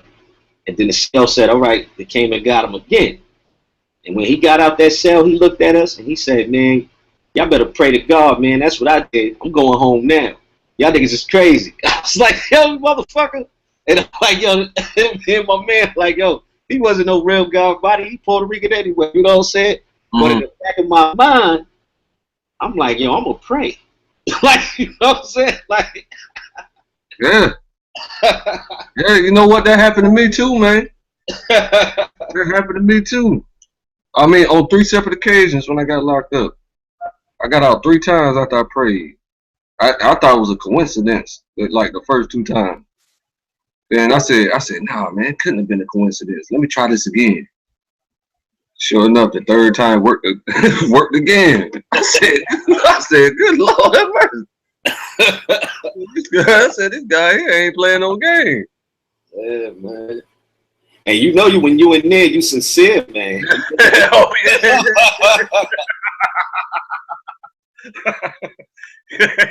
Yeah, better. That sincerity come out. Be sincere, man. You tell the truth. Yeah, but see, I was one of those guys that see, all brothers don't come to the truth the same way. And I was one of them brothers that, like, God had to really, really hold my hand to the fire, man, and make me see what it was, man. Because I was wild, man. You know, I was wild. I was really wild, man. You know, I was always a little dude, man. But I was wild, man. Like, a lot of dudes feared me, man, in my neighborhood, man. Even on the island, man. I was running the houses and controlling telephones. I ain't had no problem with cutting a nigga with a razor blade. And at that time on the island, you didn't catch a new charge. They just put you in a bag. Mm-hmm. You know, I was a wild kid, man. I was kind of sadistic, man. You know, I had a lot of demons with me, man. Yeah, that's how I go, man. That's how I go. Till you realize all this stuff is real. That God is real. It changes your whole perspective. Changes everything. Yeah, I'll never forget that day, man. I had a dream that it was me and 5 of my homies. And it was a Grim Reaper in the front of us. And he pointed at me and he pointed at my 2 friends. He told us to step forward. And he made me take like maybe an inch step back from where they were standing. And My sister woke me up out that dream, man, and I said, what's up? And she said, man, they just killed two of my friends. You know, I don't want to say their name online. And she said, you know, they just killed two of your two friends is dead, man, down the block. And I'm like, ain't that? And that's the two guys in the dream that he told to step forward, man. And I was like an inch away from them. And that's when I started seeking him, man. You know, so it was a lot of he was definitely trying to tell me something, man. I mean, he went as far as like, whereas I really heard his voice, man. But he said, how long you gonna play with me, man? That's how deep it got with me, man. I was out of here, man.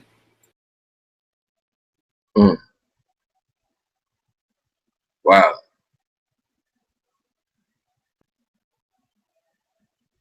Wow.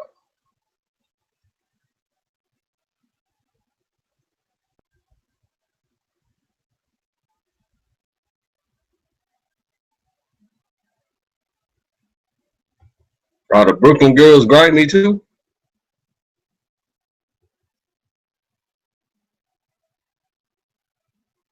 And what's the mentality of the Bronx? I was there for like 2 weeks. The BX, it's the thing about the BX, it's a lot of love between Latinos and blacks up there. You know, it's almost like a mixture between Harlem and Brooklyn. You know, but it's a lot of because Harlem is just a neighborhood, but the Bronx is a big borough, and it get a little grimy like Brooklyn, but not as grimy as Brooklyn, and they can be a bit superficial like Harlem, but not as superficial as Harlem. It's like a mix. But one thing I could say about the Bronx is the Puerto Ricans and the blacks, they really get along up there. Yeah, I noticed that when I was over there. You know what I'm saying? I met in Harlem, we're segregated. Like you got the Dominicans way on the west side, you got us in the central Harlem, and then you got the Puerto Ricans in East Harlem. So I didn't really start interacting with Latinos until maybe I went to jail, I think. But I went to Spofford, you know what I mean? When I was about 12, I went to Spofford. And that's the first time I really started interacting with them, because Harlem is segregated. And Queens is similar to Harlem too. But the difference between Queens and Harlem is whereas in Harlem, they like to spend money on the women. They like to chase the girls and cruise, you know, drive around the neighborhood and just chase the women. In Queens, they all about their money. They don't really care too much about the women.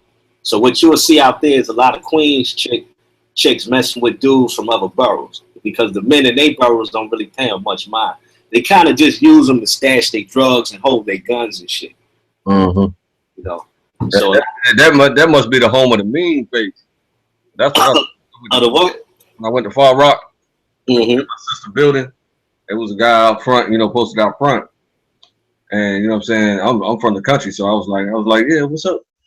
And he was just looking at me like, I'm talking about like he wanted to kill me, dude. You know what I'm saying? For saying hello, you know what I'm saying? Speaking to him.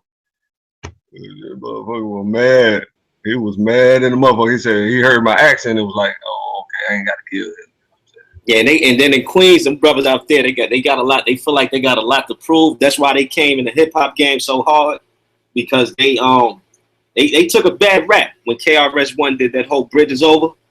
Everybody was, you know, making fun of Queens, saying Queens is soft, but they far from soft out there. But that was like a false reputation that was put on them. So a lot of them brothers had like a chip on their shoulder, you know. That's probably why But I remember my homeboy used to mess with this girl out in Queensbridge named Terry, and she had a whole crew of girlfriends, man, about 11 of them, and they was getting money too. They was scammers, and man, we would go over there and we wouldn't have to pay for nothing. I mean, them women would have gallons of Hennessy, Grandma Ma, all the weed we could smoke, you know. And I ran through the whole crew, man. Every night, man. Just every time we went over there, man, I just take my pick, man. We'd go over there, man, maybe 5 deep. And I would always say to myself, man, like, where the dudes at, man? Why y'all, you know, these niggas don't know all y'all sexy women ain't just be over here chilling like this? Because, you know, normally if you in Brooklyn or something, some niggas gonna pop up. You know what I mean? But that never happened over there. you know. And then a friend I grew up with in Harlem, he moved to Queens at a young age, him and his brother, and me and him ended up getting back up like around 2000. And he came and got me from Harlem one night. He had wanted me to do some work out there for him, and I had went out there with him, and I seen the mentality of the dudes out there because from hanging with him, and that's when I realized my question was answered by hanging out with him. They just don't focus on women like that, man. They just more about money. They really don't pay women too much mind. They have sex with them and they use them to stash their drugs and their guns, and that's it, man. They don't really care too much about spending the day with them, and, drinking and partying. And that's what I was wondering, how you can run through all the level of them at the same time. That's what happened to me when I visited my sister, man. Oh yeah, see what I mean? I'm talking about the dime was in the elevator. I said, "What the fuck is that?" She was like, "He's so cute," and I had to follow her home. Yeah, I lost puppy. Yeah, that's how it is out there in Queens, man. You don't get no attention, boy. And I might have to relocate. Oh, they ain't showing you no love. Hey man, his loss is my game, but that's how it was in Queens. And Staten Island, I ain't never really been out there, so I couldn't tell you much about them. I ain't never been to. I always wanted to. I always wanted to visit with Wu-Tang Clan used to hang out at. I used to always want to go to Park Hill, and I've met a few of them cats on Rikers Island. The majority of dudes I met from Staten Island, they seem real Brooklynish. I got a real Brooklynish vibe from them. But they like, you got to get on a ferry to get out there. They so far from Harlem that I never really went there before. And then a lot of Staten Island is suburbs, but they got some hood parts too, where Wu-Tang and them was at. Right. Yeah. I ran into a couple people that that people would know, but I never got an opportunity to build with none of them, so I don't even bring it up. You know what I'm saying? And I was just too dumb back then. That's all that was. I ain't have no hustle game in me at all. All I wanted to do was sell dope. You know what I'm saying? Make $2,000 profit a week, and then I'm good. You know what I'm saying? And that's some lazy mess, sloppy. Motherfuckers looking over. You got to look over your shoulder 25 hours a day. Got to stay strapped. Got to wake up in the middle of the night.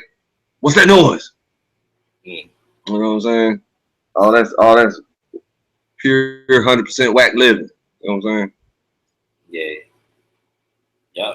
That's why I love this life. You know what I'm saying? When I first got into it, and I was like, man, this is so much. This is how you're supposed to live. I ain't worried about nothing. All my friends thought I went crazy, man. That was the word. That was the word on the street, man. I stayed in the house. I stopped going out. And I found a job, and then I learned how to cut meat. And then next thing you know, I was making a little $800 a week, after taxes. Oh, I'm like, damn, God really blessed me, man. I wanted out, and he gave me a way out. He gave me out. That's it. I said, man, I could, it wasn't as much as I was making in the street, and I didn't have the freedom that I had in the street, but man, I had that peace of mind, and I was happy with it. See, I'd have been happy with $200 a week. Man. That's what I'm saying. I was broke for a while, and I was happier than I was when I was rich. You know what I'm saying? Not on a fun tip. You know what I'm saying? Because I stayed bored, but I felt fucking so safe. Yeah. I ain't think nobody was gonna pull me over. I won't worry about nobody coming to my house. I could walk around the neighborhood anywhere. You know what I'm saying? Well, I could do that before when I was Satan because people knew me. You know what I'm saying? So like they liked me and they knew that I was crazy. Mm-hmm. So they, you know what I'm saying? It was like I had the best of both worlds. They actually, people around the city liked me. You know what I'm saying? Mm-hmm. So I didn't have to act up often. But then you run across people who don't know you, and then, you know what I'm saying, get slick, and then you have to make an example, like real quick, nip it in the bud real quick. You don't want, you can't allow, like Jay-Z said, man, once your gun goes wrong, you know what I mean? Everybody want to think they can run up on you and, get over on you, man. Yeah, man. But I just stayed to myself. I stayed in the house, man. I stayed to myself. That was it, man. I got me a job, man. I kept my head down to the ground. That was it, man. I ended up finding me a nice little girlfriend, man. My little wifey, baby mama, and that was it. That's how you do it. And the point that I'm trying to make here is that once you let go of that whole satanic life, you're gonna be, the Heavenly Father will provide for you very easy. You know what I'm saying? With ease. I'm talking about no problem. I got a testimony from a homeboy, right? He was the guy in the neighborhood used to defend the whole hood, right? He used to, he was the best fighter next to some other. He was the second best fighter in the whole neighborhood. So when the other neighborhood, in the 90s, the people right down the street is fucking your enemy. You know what I mean? For whatever reason that was, what I'm saying? It was very territorial in the 90s. You know what I'm saying? You grew up in the 90s, right? Yeah. Okay, so I'm in this neighborhood, and the neighborhood right down the street is beefing with us. You know what I'm saying? So they would always come to us. We would never go to them. They would always come to us, get beat up, and get sent home. So he was one of those leaders who would start the whole thing. You know what I'm saying? What y'all doing over here? Nah, man, we go wherever we want to go. Bang, bang. And beat them up, you know what I'm saying? Sent them home. He was always the one that popped it off every time. And he was the one, you know what I'm saying, just the realest guys, and everybody liked him. People weren't even afraid of him. They just liked him, and they knew that he could fight. So they didn't ever test him. Now, this dude changed his whole life. This was about around the same time that I changed mine. I think he changed his probably about 5-6 months later. You know what I'm saying? Because my little brother got killed, and he was the god of the city. You know what I'm saying? So so that changed a lot of people's lives around here. He changed his life about 5-6 months after me. I catch him one day, and I'm talking about this man. He a full-fledged Christian though, so he ain't never find out his nationality. So he was talking all that Christian. So I was like, is this the same? Is that you? I'm looking at a man that I know, but I don't know. You know what I'm saying? This is a new person. They were talking Christian stuff. I was like, what's up with this guy? I said, let me ask you something. Have you, since you changed your life, have you ever experienced a miracle? He said, many. I'm gonna tell you one. I ain't had no money to pay my light bill. I ain't had no money to pay my light bill, $300. So I'm pacing around my house. Said, nah, come on now, Jesus, you told me if I change my life, you will take care of me, man. You know how I am. The next day, this man got a check in his mailbox for $300. Oh man. He ain't asked nobody, didn't call nobody, he lived by himself, didn't ask nobody else for help. He asked the Heavenly Father for help. Said, I don't want to go back to where I used to be. Help me. Got a check in the mail for $300 and paid his light bill, and his light bill stayed on. His light stayed on. Man, the Heavenly Father don't play them games. He say he gonna do something, he gonna do it. That's right. You got to trust. You got to do it. You know what I'm saying? You can question, but eventually you just gonna have to, you know what I'm saying? After you question and get mad or whatever, let it all out. Go to sleep. You're gonna be taken care of, I guarantee you. That happened to me before, but I don't talk about it publicly because people think I'm crazy when I start talking about miracles that I done seen. Yeah, he ain't gonna let you. He ain't gonna give you more than you can't handle, man. when you're sincere about it. You know, he definitely ain't. When you sincere with it, man, he ain't gonna give you more than you can't handle. You know what I mean? You might go through some things now, some few hardships here and there, but you know, you'll be all right, man. Yeah, but also, but them hardships be coming from you getting in trouble, you doing something you ain't supposed to be doing, and then you get a little sentence. You know what I'm saying? That you get a little slap on the wrist. That's right. That's right. You know, try to refrain from sinning, and then whenever you pray, the Heavenly Father he's gonna answer your prayers. I'm talking about, man.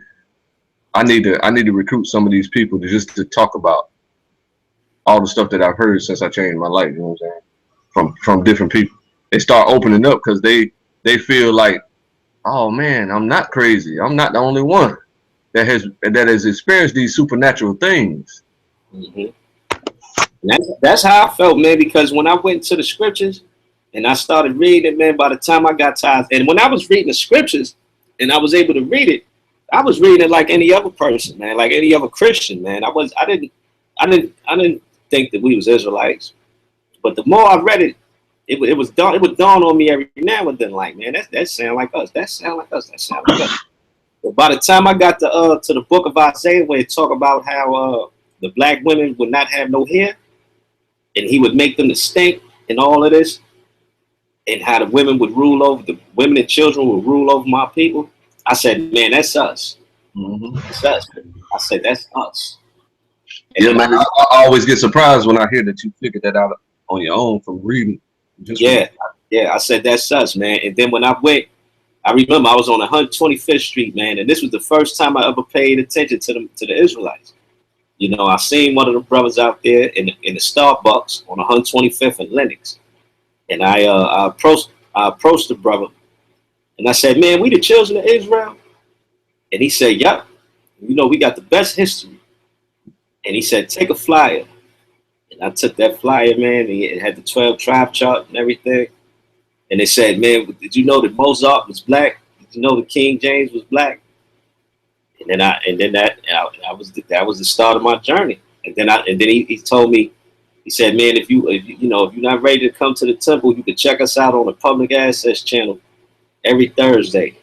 We come on, and I started watching RER's show, and it just so happened that he was doing a show on the black nobility of Europe, and he was proving everything because I had my doubts, man. And he said, I'm going to show and prove that we ruled Europe.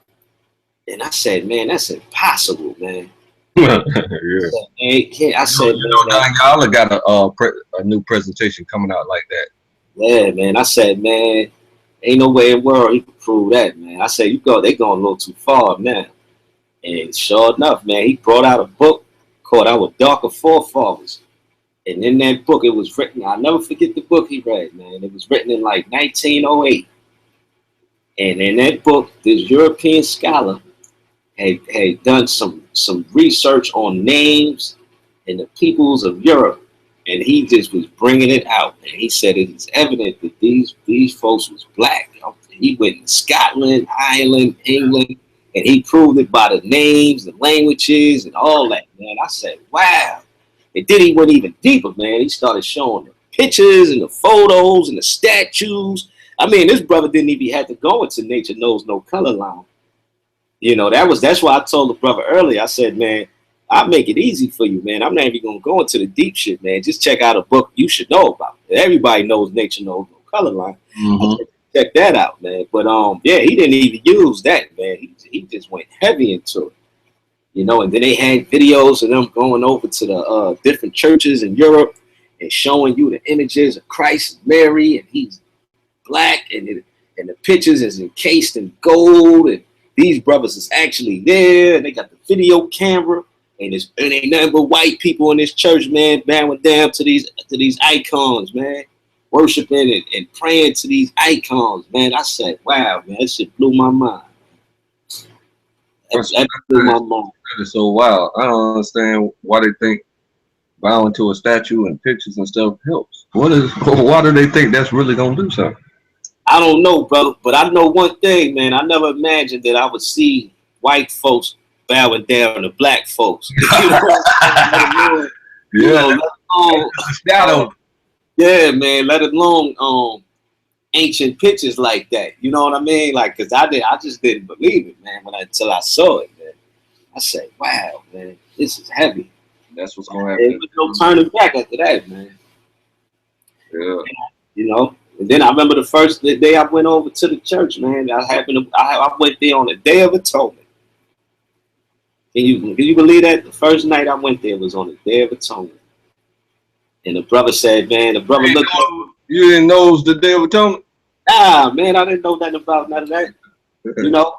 And the brother looked at me, man. He said, he looked at me and he said, what you need? I said, man, I'm here for one of the classes. You know, one of the brothers gave me a flyer, told me I could come to the class. And he looked up to the heavens and he said something in Hebrew. And then I said, what that mean? He was like, you'll find out later, man. You know, and then he said, well, ain't nobody here right now. He said, it's the Day of Atonement. The brothers is over at the church, man. So I'm going to give you the address. You can go on over. Because they had rented out a big old church. Because that's how they do in the Israelite Church of God, Jesus Christ. When these high holy days come, they rent out these huge churches. You know, so and then it's like a real big time event. Mm-hmm. And I headed over there, man. And then I met the captain that was at the head of Manhattan, because I'm from Harlem.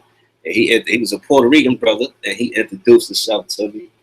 And he gave me his phone number, and he said, you know, if you ever want to come back, if you want to know anything, just call me. You know, and you know they hooked me up with a brother that would call me like once every 2 days. And he would study with me and go over things with me and help me understand the scriptures, you know. I was like, this is real cool, man. I felt like it was like I was home or something, you know. Yeah, man, because they got a lot of love, man. They got a lot of love. Yeah. Israelites got a lot of love, man. Yeah, that's basically it on that.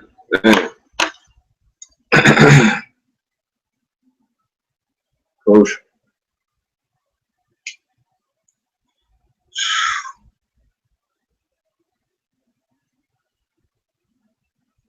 But I'm very curious, man, to see what the brother was talking about, man. So you want to go into that? We could go offline, or you know, I don't know, whatever you want to do.